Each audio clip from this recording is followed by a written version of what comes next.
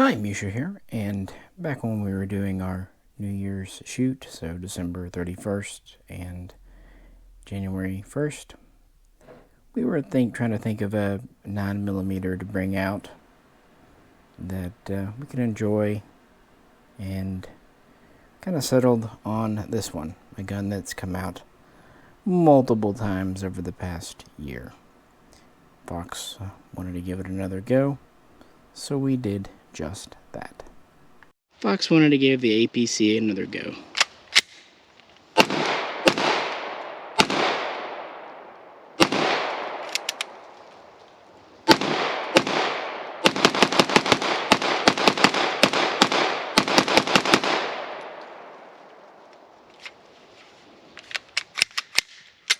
Oh man, I love this thing.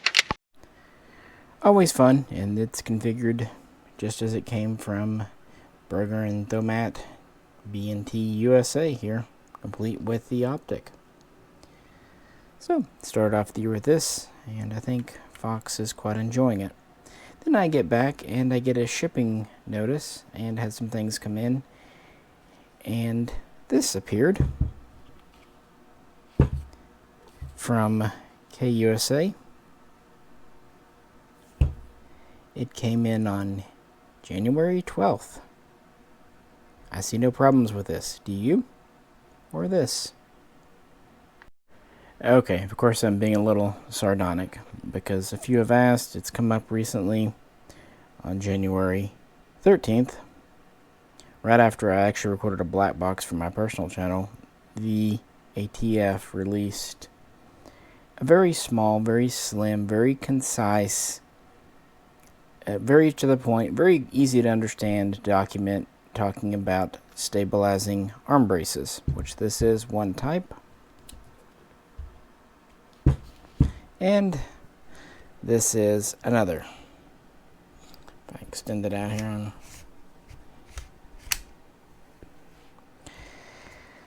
so let's talk about it. Back in 2022, I did a history of arm braces, and then right after I did the video, I actually found some good, cheesy examples of some early braces from the 2012-2013 period. So I kind of wanted to redo it anyway. In this video, we're going to talk about the history, what's going on, and look at some different guns. When it gets down to what I think is going to happen in the future, in my opinion, that's not for this channel. But I will be posting a black box around the same time as this video over on the personal Misha channel. So if you'd like to hear a little bit more of me unplugged and a little freer speaking, feel free to go over and check that out. But for now, the stabilizing arm brace. And I will say, as of now, when I'm recording this, which is January 17th, 2023, these are still perfectly legal, and even actually still for sale on various websites. So nothing has changed with the law yet, and it won't change with the law for at least a few months now. So my very first message: don't panic. And with that, let's slow things down, do a little ASMR, and go back to 2012. SCW with the 20 round.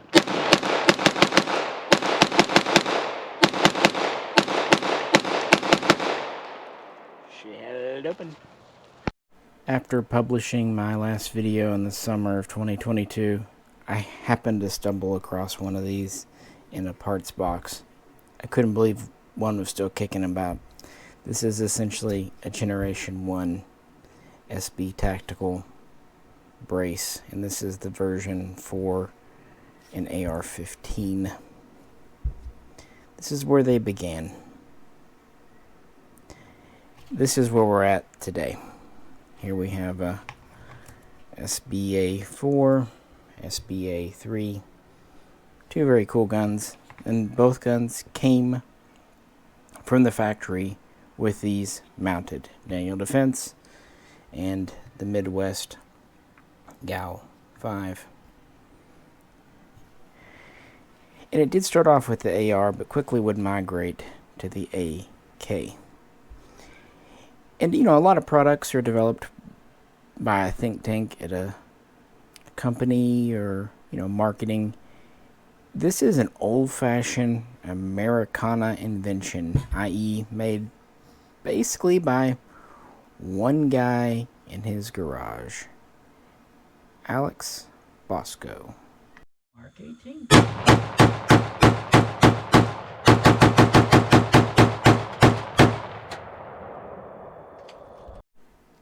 Before you get really deep into this video, two things. One, I'm not going to be installing or removing anything from a firearm.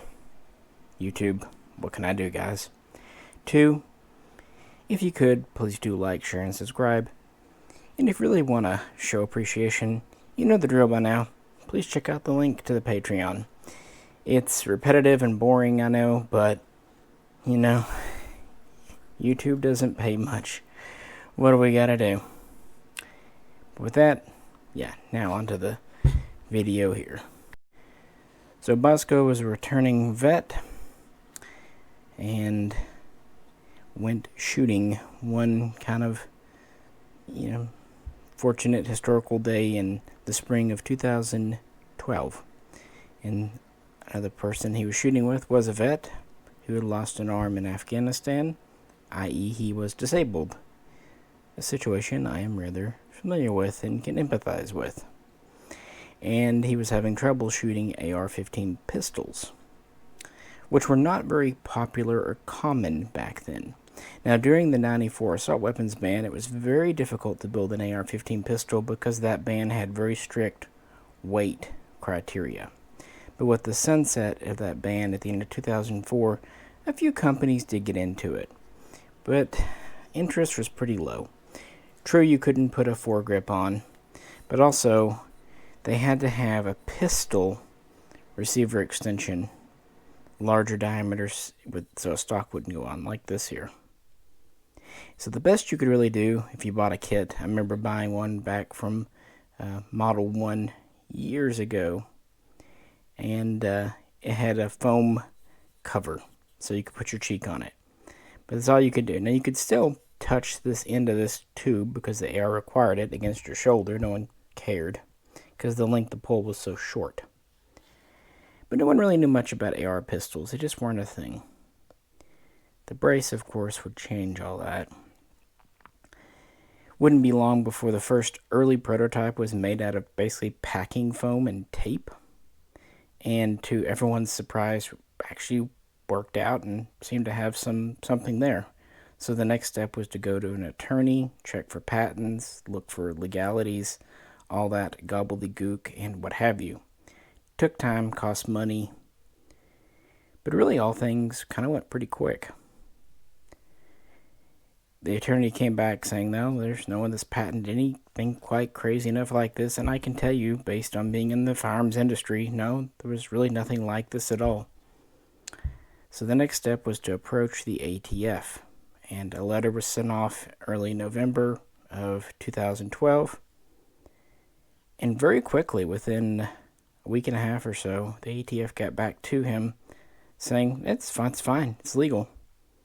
He had sent them a letter describing what he had done, the reason for it, the fact that it was the device for a disabled person, other disabled people, like myself included, and even sent them some early prototypes. These were a little bit more advanced. They were made still at home using a rubbery mix.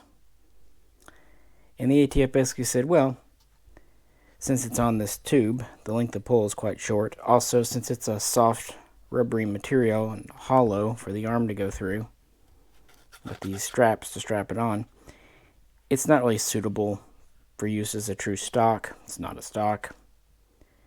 And with that in mind, it doesn't change the classification of the gun. Throw it on, go crazy, go wild. And it was a huge letter, like under 2 pages. It's pretty clear the ATF didn't take this too seriously, but they did give it the tacit approval, the go-ahead, and that's exactly what Bosco did.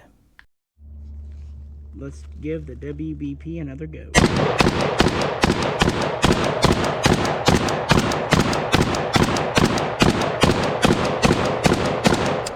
There we go. No problems that time. Nope. With letter in hand, he made some more prototypes and a little bit refined the design, still in his garage, and floated it around online, ARFCOM and whatnot. And there was a great deal of interest, so the next step would be going to SHOT Show. This would be SHOT Show 2013 in January. There he shopped it about to several companies. Some liked it, some thought it was goofy or a gimmick.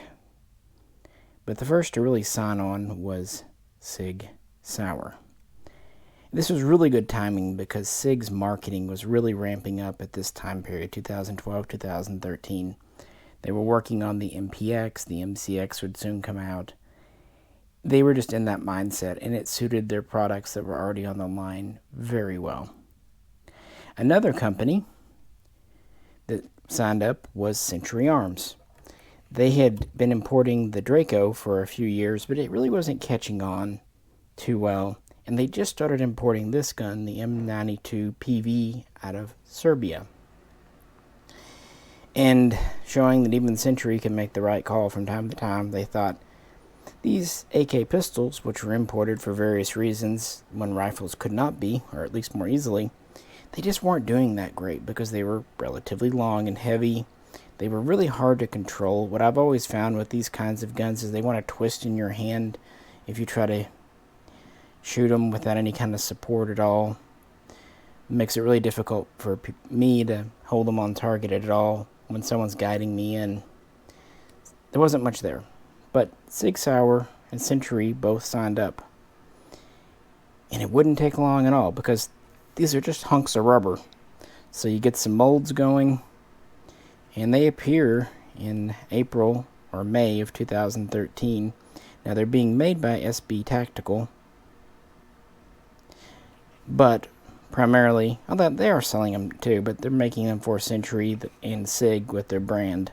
So they're not being made in-house by Century or SIG. They're a contracted out component. Now the way Century did their M92s, there was actually a fork that went under the pistol grip and just kind of hung off the back. I did actually have one of those frames for a while, but a while back I needed to do something with it. But it took this. Now, this wasn't always the solution. If you see with mine, I put on an extension so I could install an underfolding stock. That's because I just thought the M92, it didn't look right with this chunk on the back. Plus, it wouldn't fold up. So, to me, there were only a few AKs that this looked good on. But the AR, even this old version, surprisingly heavy. Didn't look so bad. And I remember myself in 2013 picking up some of these and using them with some Colt 11-inch uppers that I had come in on registered pistol lowers. That was probably my first experience. Even Arsenal got in on with their SAM7K-03, which had a buffer tube essentially pegged onto the back of a pistol, although they would discontinue that soon after. But Arsenal got in on it, and these really took off very quickly, and hundreds of thousands would be sold before the end of 2013, making it an overnight success. And again, this is a classic American story.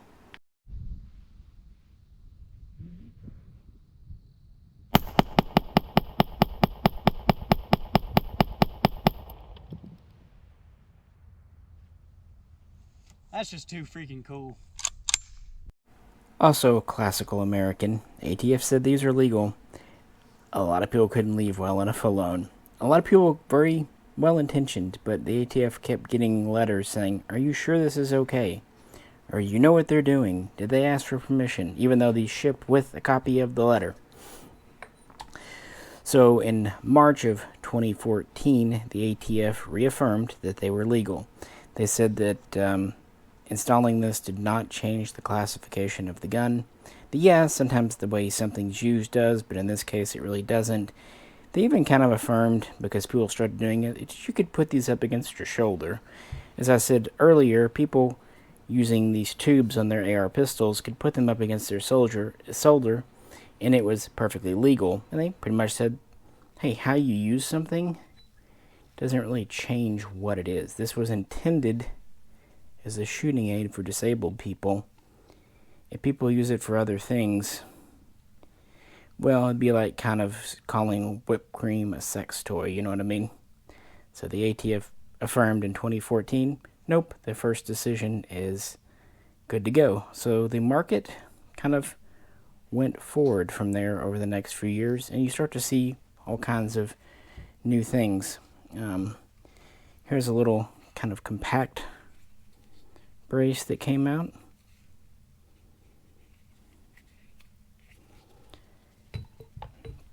And here's one that was popular for a minute, made of plastic, the Shockwave.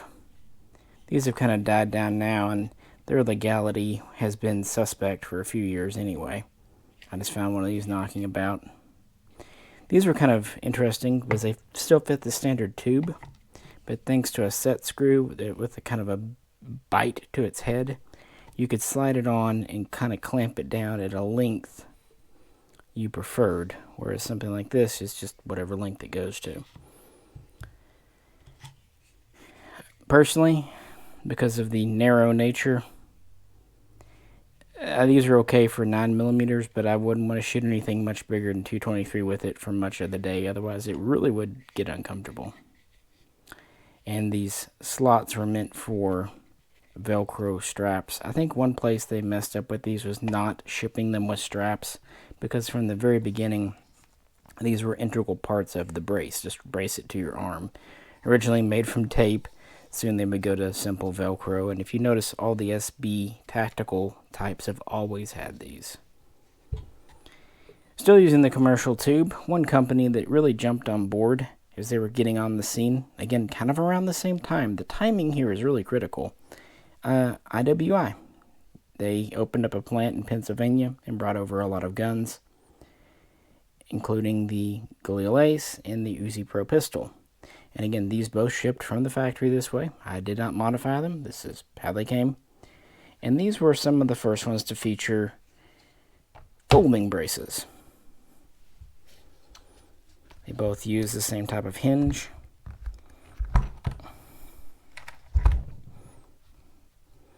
Non-adjustable brace on a tube. And note that the length of pull is shorter than any AR stock, even one collapsed in. I forget the exact number, but 11.5, 12 inches was kind of the magic number. So most of these kind of went for 10.5 inch length of pull. And I can tell you, they really make shooting a lot easier and safer. I owned one of the original Uzi pistols from the 80s. And that thing just wanted to twist out of my hand, especially the 45 version. So having this with a second point of contact, because there's really no way to grab it in the front at all, really makes it a manageable gun and a lot of fun. In fact, this Uzi Pro has just been a delight for many years. Really should let Fox try it out. Alright, let's try the Ace Rock and Lock again. It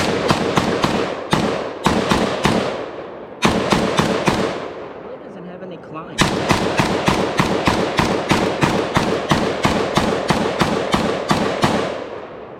Get your held open again.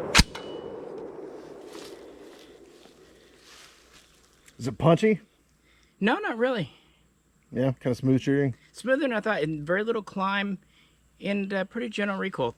Probably a lot of it has to do with the brace, the not stock. And as for these pistols, the Aces, again, it just really makes it something it could not have been before. Otherwise, this would just be big and heavy, unwieldy, and even unsafe.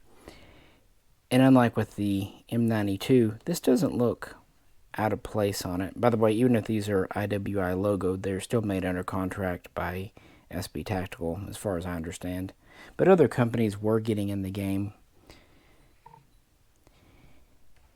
and millions were being sold. It was one of the hottest new devices of the era for all kinds of reasons.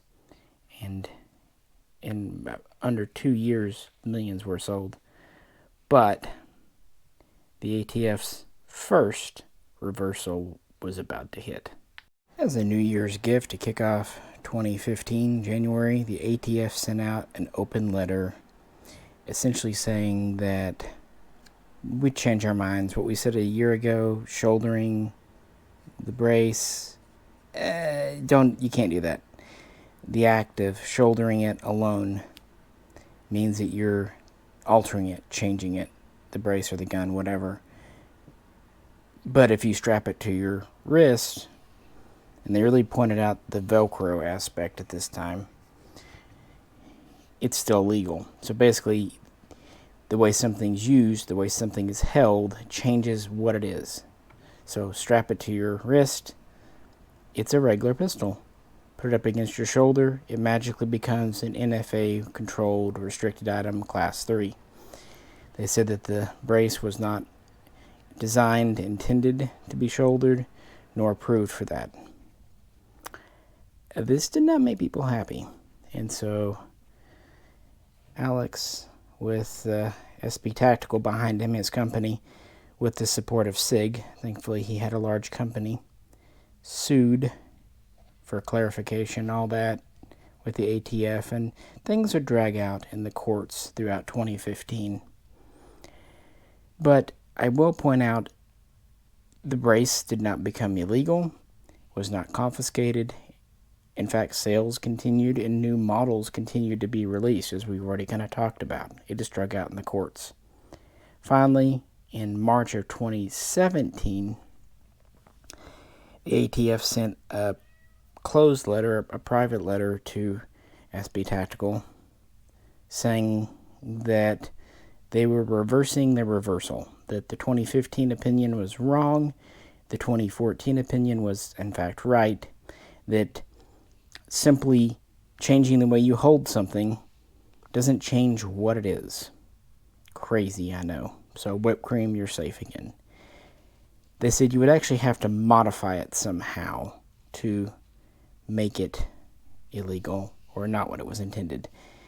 So this is when you start to see the Velcro becoming important. Don't remove it, don't change it, don't mount it differently.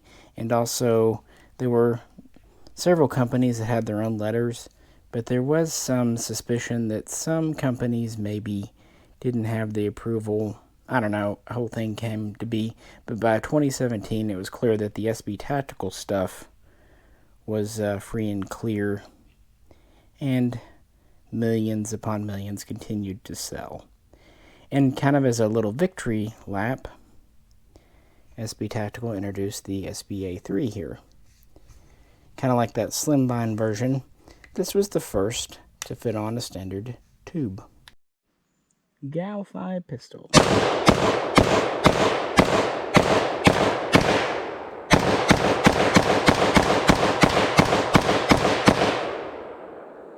She held open. So standard mil-spec tube, adjustable, with 5 positions. Now note, I left this Galil out to show you. With this fully extended, they're still the same short pistol length. So it has 5 positions instead of 6, so it doesn't exceed that length. It also has kind of protruding end cap here a bit. It still has the hollow for the wrist, still rubber. But this is now metal up here, which would make sense because cheek weld and all that if you need to. Looking down the sides, you still got to use the sides. I don't, but you do. So that was kind of their deal. And this opened the door for several other manufacturers to kind of make their own products. And throughout 2018, 2019, the times were good. Alright, first shots out of the M85 TAC. That thing does not move. Concussion is insane. And it held open. Yeah, it did. Yeah. Yeah, it seemed pretty flat shooting. Yeah. Oh, it smells good. This is when we pretty much eject the old tube system.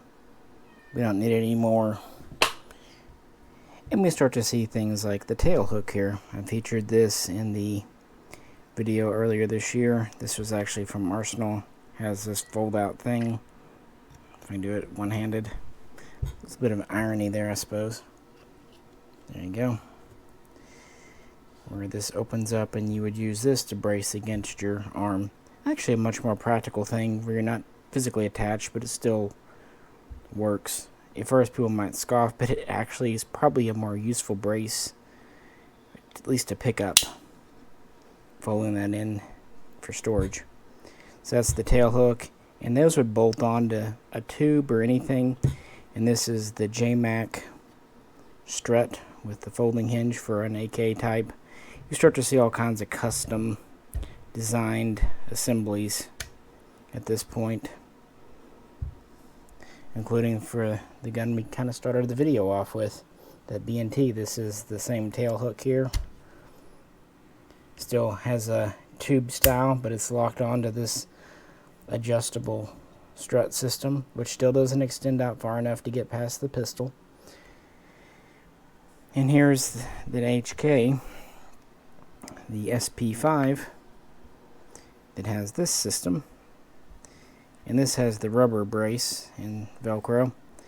And one nice thing, if you wanted to SBR, well, you have to engrave and do all that. For some guns, that's fine, but both of these would be considered collectible. You may not want to engrave a collectible gun like an HK here, so there's a big benefit to that. And of course, the collapsing in lets it adjust for the length of someone's arm. This is pretty far out for a lot of people, and children, what have you. If nothing else, you might want to collapse it in for storage. There's no real good reason they shouldn't be able to fold or adjust in for storage. I mean, it's not like you're going to shoot it with it folded in, so yeah. This is the golden era for sure. Two very fun guns besides.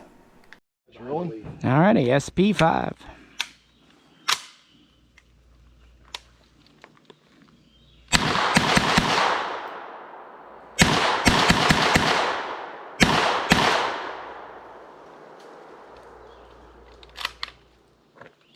Pretty smooth. And that's with Tula too, so even cycles Tula. And by this point, several companies were trying to make braces that really resembled the buttstock. Here's my KUSA KR9, something I've had for a while, and I have it as a carbine. Here's a faux suppressor, and here is its actual stock, made of metal, solid butt plate, and folds over. This is another one we started the video with. This is made by KUSA, uses the same hinge, but it's split rubber, Velcro, the important Velcro, hole in the back. We can stretch it out. And a lot of people preferred the KP9, where you could install this. It even folds and has a notch where it can latch to the side of the gun here. And that made it a very attractive thing for a lot of people. So by 2019, 2020, this is really an industry. Thought I'd bring the Daniel Defense back out with its SBA4. Very similar to the 3, but it's probably a little easier to get your hand in. A little more surface area. And there's a lot of money and time and effort and industry that goes into these. At this point, tens of millions have been sold. And things are chugging along quite nicely. In other words, it's making a lot of people happy, it's promoting business, and it's hurting no one. And the ATF has been quiet since 2017 when they reversed the reversal. But in August of 2020, that would all end. When a company, pretty small company known as Q, who marketed a gun known as the Honey Badger, you probably know this very well, better than me, and Certainly after introducing it, they got a cease and desist letter from the ATF claiming that it was an SBR and not legal. And it basically had their version of a collapsing brace on it, and it was a short pistol, not dissimilar to an MPX or MCX or any myriad of others that have become very popular over the years. It was also not an inexpensive gun. Guns with braces don't tend to be $300-400 guns that are appearing on the streets being used in crimes. If anything, they tend to be higher end guns, several thousands. Kind of, again, like this Daniel defense. And this is when things change. And this is really what we're kind of feeding off of even today, 2.5 years later. More fun with the SCW.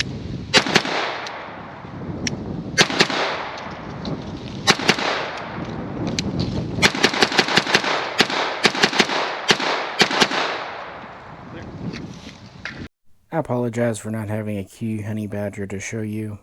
It just wasn't something I picked up. But in principle, it's kind of similar to a MCX or MPX or even this gun. And by that, I mean it came from the factory with a brace device. And it was essentially designed with that in mind. It wasn't a tacked on thing or even stuffed on a buffer tube like this Daniel defense. The ATF really seemed to object to Q's marketing, and I think it was a small fish that they could go after. But there was a lot of uproar and furor in September, so much so that the DOJ, at this time still under Bill Barr, essentially pushed things back a couple of months, coincidentally right after the election, because no matter how the ATF came down, the DOJ came down, it wasn't going to look particularly good. So that means we didn't really hear much until December of 2020 when the ATF, the DOJ, the tech branch really, released a 16-page document. And we get into, what was it, 4999, all those points, all the craziness. And they were open to the public for comments and reactions. To say they got a few is an understatement. 60-some-odd thousand within just over half a month. The vast majority telling them that they were dumbasses, if I'm being honest. Some of them literally saying that. Not terribly productive, guys. Some of them saying it metaphorically and legally. Much more productive. So much so that in January of 2021, right as the new administration was coming in, the DOJ, the ATF, the tech branch, again, kind of backed off and withdrew plans. And for the rest of 2021, while people, myself included, and I bet a lot of you, were a little uneasy, you know, braces like this came out, things kind of continued apace. And not a lot changed in 2022. There was a bunch of rumblings and this and that, back and forth, but it was quiet. But rumors and everything abounded about the ATF making a new proclamation, a new announcement. And even though it was pushed back, eventually on January 13th, 2023, we're, back to the beginning of this video and where we're at today. Up until this point, I've kind of stuck to my usual style. I'm a historian, firearms guy, shooter. I'm not a fortune teller, and I'm not a practicing lawyer. From this point on, we're going to have to go with interpretation. And I would say we're going to have to go with what the ATF says, but they've gone back and forth several times. So even if they say something today, who knows tomorrow. And the big problem is a lot of the guys who are making decisions in 2012 are not the ones making decisions in 2023. And political directives and whatnot have changed. And we also have to admit that the Congress has really abdicated a lot of their lawmaking responsibilities to regulatory agencies, to the bureaucracy. Not just the ATF. The EPA comes to mind, several other things as well. which, if I'm being completely honest, is a bit more of a problem than maybe we give it credit for right now. But that's a subject for my black box. So, what's the ATF saying now? And would either of these be legal? Now, Bosco's compact mag.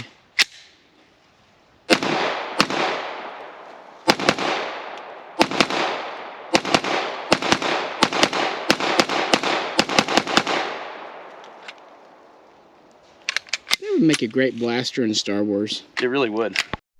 Originally 1 page, growing to 16 pages. The most recent document is 293 pages. And you might think it would be clearer, even if we didn't want to know what it said or didn't like what it said, it'd at least be clear and relatively concise or repeating itself. It reads like it was written by an AI. It is the most gobbledygooky thing, official legal term, ever. But basically, it says that if a gun has a rearward-facing device, an extension, blah, blah, blah, and some of the other features, then it would be reclassified as a rifle. Interestingly, they're not so much going at the brace as the gun now. In the past, they were kind of targeting the brace itself, saying maybe you're shouldering it or attaching it. Now they're kind of going at the gun, trying to reclass a pistol as a rifle or short-barreled rifle. I don't know. But, yeah, so if it's got a rearward-facing thing like this, and then these other things, including if the gun itself has an overall length and weight similar to a rifle. I didn't know that there was a specific weight or length to a rifle. It's actually why I brought this Midwest back out. This has a 12-inch barrel. It's technically shorter than a 16-inch gun. Weight-wise, it's actually lighter than most 16-inch guns, but who's to say? This is certainly shorter here than any rifle. I don't know. Then they also go back on the length of pull thing, which has kind of always been an issue for braces since the early days, saying that if from the trigger to the center of the stock, fully deployed or folded out, is similar to the length of pull of a rifle. But oddly, they don't give a number. In the past, we saw things like 12 inches or whatever to give us some guidelines. They don't say. So 10 inches, 12, 486, I don't know.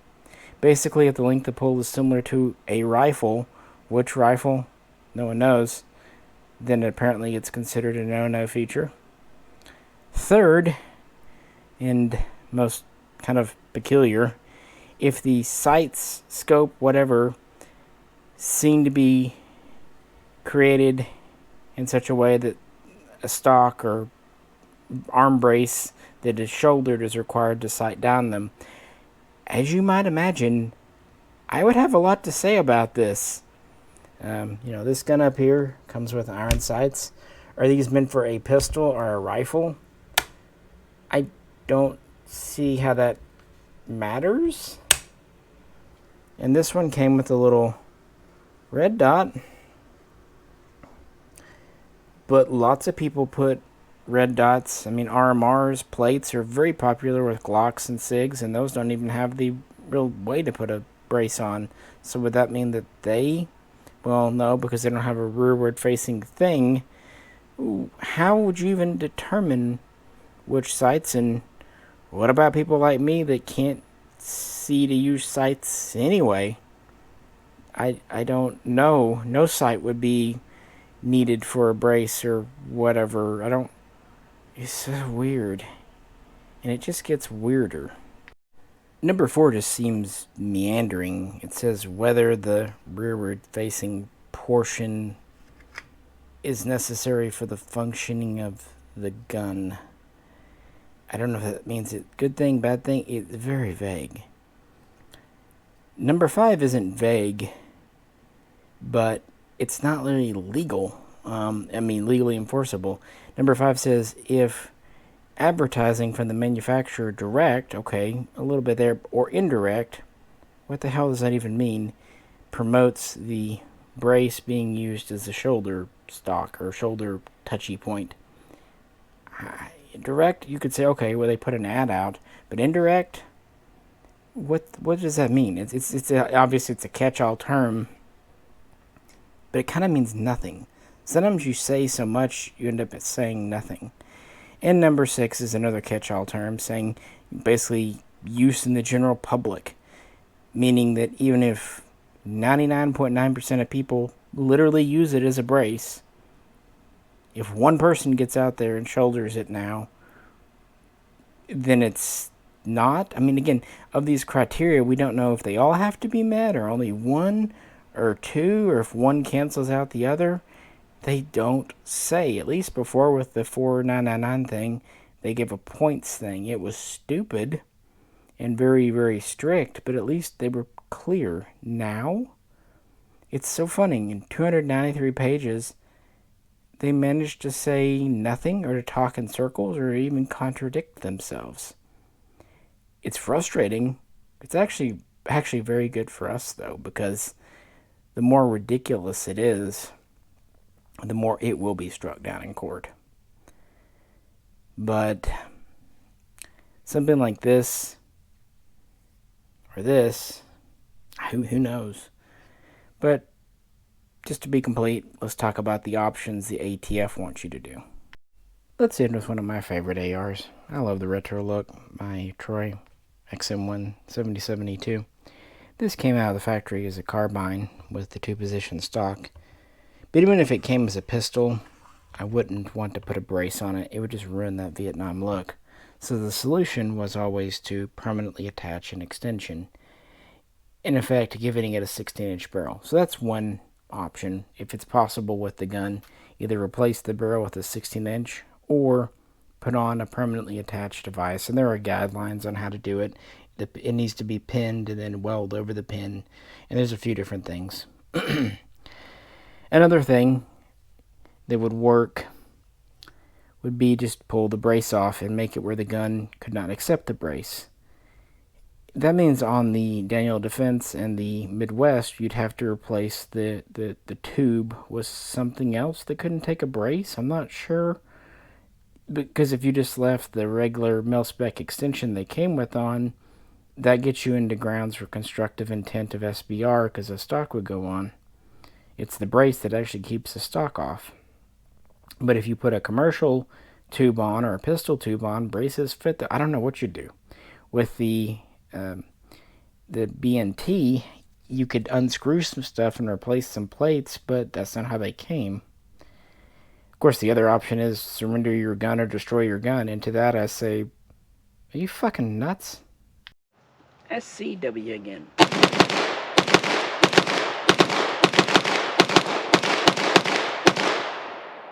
And open. These are things we paid money for. A lot of people that are working class, even the braces, you're asking them to destroy a $100, $200 item, not to mention a gun that was bought in good faith, maybe 10 years ago. And of course, another option is register it as an SBR. The smallest of silver linings are there in the fact that they're waiving the $200 stamp tax. You still have to go through the paperwork, file a form. The problem there is, are you really manufacturing? I mean, the system's not really set up for that. You're not changing it. You're keeping it as it was. And they have said as long as you get the paperwork in before the deadline, even if it takes 6 months or a year, you're okay. But even that's a little vague. If I were to SBR this gun, I could unpin this device if I wanted, but I don't. And this is a US-made gun, so no other problems.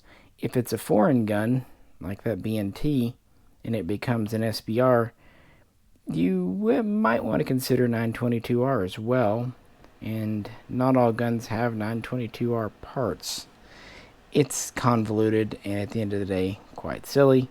But yeah, and of course the other things about SBRs, you're kind of married to them, as I've always said, and you can't always travel with them when and where you want, not without filing forms, pros and cons, whatever you want to think.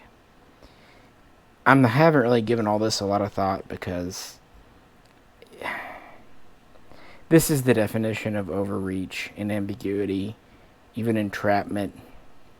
And the stabilizing brace is the definition of common use. Because while we don't know how many are actually out there today, they're not registered or serialized parts.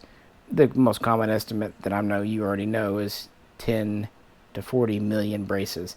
Now, like a lot of owners, probably several guys have several braces belong to one person, so probably not 10 to 40 million actual people, but still millions of actual owners, including disabled people, grandmas, grandpas, what have you. You would literally have to make a new prison to put them in. So, some final thoughts, and then I'll hand you off to Black Box Misha. First off, one thing I can tell you with confidence, don't panic. For one, I don't think there's too much of a reason to. But really, for another, what good will that do? Also, don't get belligerent and aggressive. Think much more strategically than that. We have the court system, and I know some will scoff right now, but I will say, if our court system is that broken that something like this can stand, we have bigger problems than a hunk of rubber on the back of a gun. I'm not saying this isn't an important issue. What I'm saying is, if the courts can't see this for what it is, the problems are deeper than that. This will be the kind of small worry compared to that. But even if this makes it to the courts, it'll get shot down. It really will. And this is nothing new. The ATF has flip-flopped multiple times. Political wins. And we're in an interesting time right now. The Senate is basically half divided. And Congress is nominally Republican. So I would say write your congressman. After all, every Republican in there ran on a pro-2A platform. Also, the Supreme Court has more conservative judges on it now than liberal. And even in the past, more than a few liberals have voted for gun stuff. I often repeat this, but in Clinton's biography, Bill Clinton, he said that the assault weapons ban, the crime bill, that part of it in '94 was the worst political mistake he made, and then I joke about all the other mistakes he made. I guess enough time has gone by, they've kind of forgotten that. But on top of that, even if they haven't, look at what's going on in the courts with the bump stock ban. It hasn't been overturned yet, but it's teetering. And the bump stock was a much less common use thing than an arm brace. And let's just be honest, a bump stock, there's no social reason for it. An arm brace, there's the original purpose of it being needed for people with disabilities or children or women or anyone. There's a legitimate ergonomic need and purpose to it. I'm not saying the bump stock should or shouldn't be anything. I'm just saying that any decent lawyer can point to why this should and could exist. And we also have to just face the fact that years ago an AR pistol would seem kind of, they're just a common use thing. Part of it is a new generation coming up, the millennial generation, and now the Generation Z. Also a generation that saw war in Afghanistan and Iraq. Many people served, gave up years of their lives for this country. Maybe suffered injury, maybe even lost their lives or had loved ones that did. Kind of seems a small price to think to let them come home and shoot the guns they want to shoot. So changing times. And I will say that video games in this instance have been our allies. Seeing these in games, people getting familiar with them. I mean, look how much the SCAR has kind of been bolstered by video games. So, not all bad, guys. So I think there's a bit of kind of old-fashioned FUD lore that needs to go away to let things like this go. Because the attitude of, why does anyone need that, is just missing the point. The attitude should always be, Why shouldn't someone have that? Show me a social reason why it's dangerous. And there's not. There's no, like, having this on this gun or not doesn't make it more lethal. It actually makes it more stable, more predictable, and just safer to shoot. So, yeah. But that's kind of a topic for the black box. I don't have any answers, guys, but I do kind of see this as just the pendulum swinging, and I think it'll swing back. I can't imagine how this would stand.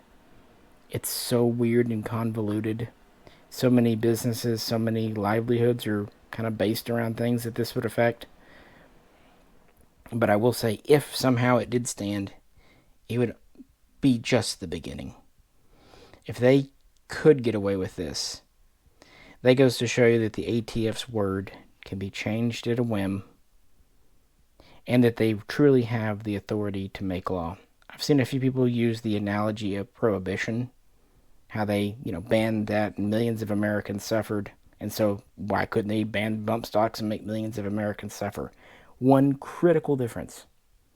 Prohibition was not only passed by Congress, it was an amendment to the Constitution of the United States.